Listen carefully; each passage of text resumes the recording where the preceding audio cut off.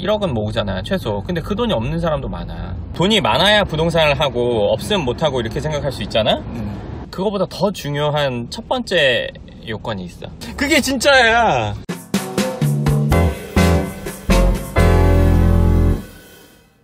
반가. 이전 영상에서 얘기했던 질문 다시 한번. 부동산 부자들이죠. 그치. 그런 분들이 이제 계시는데 노년이 좀 비교적 편안하고 근데 그런 것들이 그분들이 뭐 시대가 좋아서 우리나라 부흥기가 이렇게 부동산 잘 될 때라서 그랬던 거 아니냐라고 비판적으로 생각하는 사람들에게 뭐 시원하게 아니면 진짜 팩트를 그야말로 팩트를 그게 그냥 근데 그게 그분들은 지금 연세가 있으시고 네. 그리고 부동산이라는 건 사실 사서 예를 들어 다음 달에 대박 났어, 내년에 대박 났어, 이러기에는 어렵거든. 장기적으로 보유하는 경우가 대부분이고, 근데 그분들은 나이가 그렇게 됐으니까 자연스럽게 장기 보유가 된 거거든. 근데 지금 시점에 어디가 될 거다, 지금 어디 사면 어디가 100% 된다, 아니면 단기간에 하려면은 뭐 어딜 해야 되라, 이런 걸 사실 알기는 어려워. 그렇잖아. 근데 물론 그분들이 시기가 좋았고 지금은 시기가 나쁘다 생각할 수도 있어. 네. 근데 나는 그건 아니라고 봐. 지금까진 맞는데 앞으로는 모르겠다 하겠지만 나는 앞으로도 맞다고 봐. 근데 돈이 많아야 부동산을 하고 없으면 못하고 이렇게 생각할 수 있잖아. 그거보다 더 중요한 첫 번째 요건이 있어. 목표와 의지가 있어야 돼. 쉬운 예로 나한테 왔던 사람 중에 가장 어린 친구가 22인가 23인데 1억 모아서 온 경우도 있었고, 반대로 나이가 많으신데도 뭐 60대 50대 후반 뭐 이런신데도 돈이 별로 없는 상태인 경우도 있단 말이야.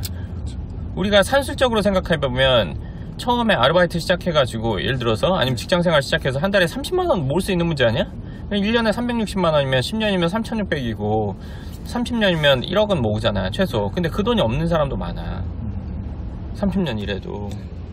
그러면 누구는 이른 나이에 돈을 모았고 누구는 왜 오랜 기간 일했어도 돈을 못 모았어? 쓰는 게 많아서? 난 그거는 의지와 목표와 의지의 차이인 것 뿐이야. 목표라면 어떤 목표를 구체적으로 말씀하시나요? 근데 부동산 투자를 해보겠다. 부동산 투자를 해서 내가 어느 정도 자산을 이루겠다, 어느 정도 월 소득을 얻겠다, 이런 것들이 있어야지. 그런 것들이 없으니까 뭐 투자하기도 어렵고, 돈을 모아도 부스러지고, 뭐 정작 돈 얼마 모았는데 여행 가고 아니면 차 사고 남은 돈 다시 적금 붓고 그러다가 또 무슨 일 생겨가지고 또 돈 쓰고, 그래서 결국 다시 또 원상복귀 되고 원래 상태 뭐 없는 상태 되고 결국 그렇게 되는 거지. 시간은 지났고. 그리고 이게 재테크라는 게 사람이 일할 수 있는 시간이라는 게 정해져 있잖아. 보통에는 뭐 해봐야 30년 내지는 40년 요 언저리라고. 일할 수 있는 시간이. 그 안에 재테크를 해서 우리가 노후 대비가 충분히 돼야 된단 말이야. 근데 그게 안 된 상태에서 은퇴 시점이 가까우면 극도로 불안하지. 근데 사실 그렇게 불안해할 필요는 없어. 왜요? 사라지긴 사라져. 아. 돈이 없어도 어떻게든 사라지긴 사라져. 죽진 않아. 맞아요. 어떻게든 사라지긴 사라지더라, 내가 보니까. 근데 좀 풍요롭게 사느냐, 좀 마음 편하게 사느냐, 아니면 팍팍하게 사느냐의 차이지. 그러니까 그 전에 준비를 해야 되는데, 부동산이라는 게 그 어떤 부동산이든 하면 무조건 되는 건 아니라고 봐. 그러니까 시간이 지나도 얘가 괜찮을 거. 아까 내가 얘기하려고 했던 거 생각난다. 세계적으로 주식 투자를 잘하는 사람, 워렌 버핏이나 뭐 그 외에 뭐 투자가들이 주로 하는 말이 뭐가 있어? 우량주를 사서 장기 보유해라. 부동산도 난 마찬가지라고 봐. 잘 모르는 경우에는 핵심 지역에 사서 오래 갖고 있으면 돼. 논을 뭐 10만 평 갖고 별 의미 없을 경우가 많아.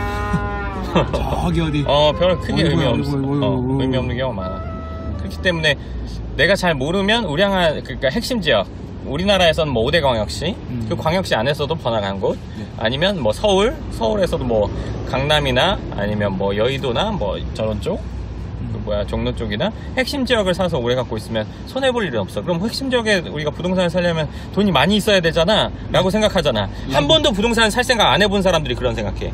실제로 내가 가진 금액으로 살 수 있는 것들을 알아보는 거, 발품을 팔아보면서 검색해보고 직접 가서 보는 게 부동산 투자의 시작인데, 막연히 비싸잖아 로 끝나는 거야.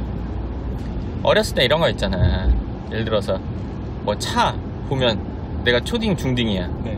차는 오 이런 대상이잖아. 네. 살려고 생각하는 게 아니잖아. 네. 내가 돈을 모아서 살 수 있는 게 아니라고 생각해. 어른들이 사는 거라고 생각하잖아. 네. 그리고 뭐 오토바이를 봐도 그렇고. 네. 근데 내 동생이 진짜 특이하게도 그 뭐야 용돈을 모아서 고등학교 2학년 때인가 2학년 때인가 오토바이를 샀어. 몰빵해가지고.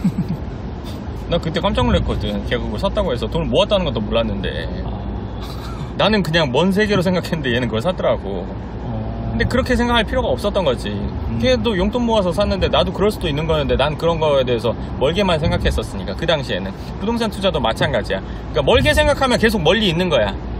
어떻게 할지 다가가 보려고 생각하면은 예를 들어서 어디에 부동산 살려고 하는데 내가 가진 돈이 요만큼이야. 그럼 알아보니까 제일 싸게 그래도 내가 살만한 것들을 알아보니까 제일 낮은 가격들을 보니까 내가 갖고 있는 돈으로 가능할 수도 있고 아니면 내가 갖고 있는 돈으로 좀 부족해서 뭐 신용대출을 한다든지 아니면 뭐 담보대출을 한다든지 아니면 내가 몇 개월이나 뭐 1, 2년을 더 모아야 된다든지 이 계산이 나온다고. 네. 그러면 그 계산에 따라서 행동을 할 수가 있어. 계획에 따라서. 근데 그게 아니라 막연히 비싸겠거니 하면 아무것도 안 된단 말이야. 죽도밥도 안 돼. 아예 애초에 시작이 안 된단 말이야. 그렇기 때문에 목표와 의지를 갖는 게 제일 중요해. 그 다음에 그게 있어야 돈을 모으지. 그게 없는 상태에서 돈을 모아봤자 그 돈이 목돈이 되지 않고 계속 부서져. 그렇기 때문에 지금이라도 들어서 뭐 재테크를 하겠다고 하면 목표와 의지를 먼저 다지는 게, 목표를 정하고 의지를 다지는 게 첫 번째. 그 다음 돈을 모으는 거. 그리고 내가 목표와 의지가 있겠다면 돈을 모으기 전에 일단은 내가 하려고 하는 지역을 알아보는 거. 그리고 나서 그 정확한 금액을 알고 내가 가능하면은 시작해보는 거랑, 그리고 그 다음에는 아니면 뭐 돈을 모으는 거. 그리고 부동산 공부라는 거를 책을 많이 보는 사람들이 있어. 아, 예. 뭐 강의 듣고 어쩌고. 물론 맞아. 아예 틀린 건 아니야. 그러면 반대로 다른 얘기를 한다면, 낚시는 어떻게 배워? 낚시책 보면 낚시가 잘 돼? 기본적인 거 아는 거는 책으로 알 수 있어. 아, 대라는 건 있어야 되는구나. 이런 기본적인 거. 아, 낚시 줄이라는 게 있구나. 거기 바늘이 달리고 거기 미끼를 달아야 낚시라는 걸 해볼 수가 있구나. 잡으면 뭘 뜰채로 해야 되는구나. 요건 알 수 있어. 근데 낚시를 실제로 해보지 않고 책으로 알 수가 있어? 그 느낌을? 손맛이라는 거를 물고기를 잡아보지 않고 책으로 느낄 수 있어? 아, 잔진동에 오면서 어쩌고저쩌고 설명하면 나고 그걸 느껴? 그렇지 않단 말이야. 부동산도 아무리 공부를 하고 그거보다는 자기가 직접 사는 과정을 거치는 게 가장 큰 공부가 돼. 살 수 있는 여건이 된 상태에서, 아니면 살려고 강력한 의지가 있는 상태에서 알아보고 실제로 계약하고 대출하고 잔금하고 등기하고 세입자 들이는 이 과정을 거치는 게 가장 공부가 되지, 이거 한번 하는 게 책 100권 읽는 것보다 더 공부가 돼. 이런 거 있어. 너가 어렸을 때 사칙연산을 배워. 1 더하기 1은 2, 5 더하기 5는 5, 10 이런 거 배우잖아. 근데 우리가 사칙연산 할 때 틀려요. 또 초등학교 때. 근데 엄마가 용돈으로 주면서 하면 그거 쉽게 안 틀려. 틀리기가 쉽지 않아. 그치? 아, 엄마가 1,000원 주고 내일 또 1,000원 주고 일주일 동안 1,000원 7번 주면은 얼마게? 그러면은 어떻게든 그걸 계산해내려고 하지. 맞추면 준다고 하면. 부동산에 관한 세금, 뭐 취득세, 그리고 뭐 세입자 드릴 때 뭐 요건 대출 서류 어쩌고 저쩌고 뭐 등기부 보는 법, 이거 백날 읽어봐도 안 들어와. 실제로 내가 하잖아? 손해볼까봐 겁나게 따지게 돼 있어. 그게 진짜야. 이게 진짜 공부가 되고 그게 기억에 남는 거지. 당장 쓰지 않을 지식을 우리가 공부한다고 해서 너 지금 삼각함수 계산할 수 있을 것 같아? 배웠지만 루트 이런 거 계산할 수 있을 것 같아? 실제로 쓰이지 않고 쓸모가 없으면 기억을 못해. 맞아. 그치? 부동산 투자는 마찬가지. 부동산 투자는 현실에서 일어나는 거지 책 속에서 일어나는 게 아니란 말이야. 연구하는 연구처럼 뭐 책으로 하거나 뭐 예를 들어서 뭐 그 실험으로 하는 그런 게 아니란 말이야. 부동산은 실제로 겪어봐야지만 그게 정말 공부가 되는 거야. 그렇기 때문에 책을 아무리 많이 본다고 해도 내가 거래 한번 해본 거에 미치지 못해. 그렇겠네요. 낚시책 100권 읽어봐. 낚싯대 한번 던져서 물고기 한번 잡아본 애가, 야, 네가 손맛을 알아? 네가 물고기의 그 떨림을 알아? 그 회 떠봤어 그거? 나는 못 떴지만 옆에서 떴을 때 자연산을 그거 먹었을 때 그 느낌. 아, 책으로 모른다. 설명 말로는 못한다. 그거야. 그거.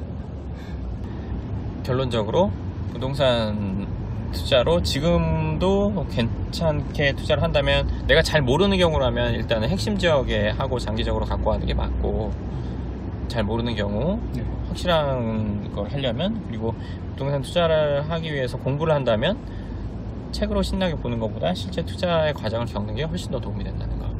요 두 가지. 이번 영상 여기까지.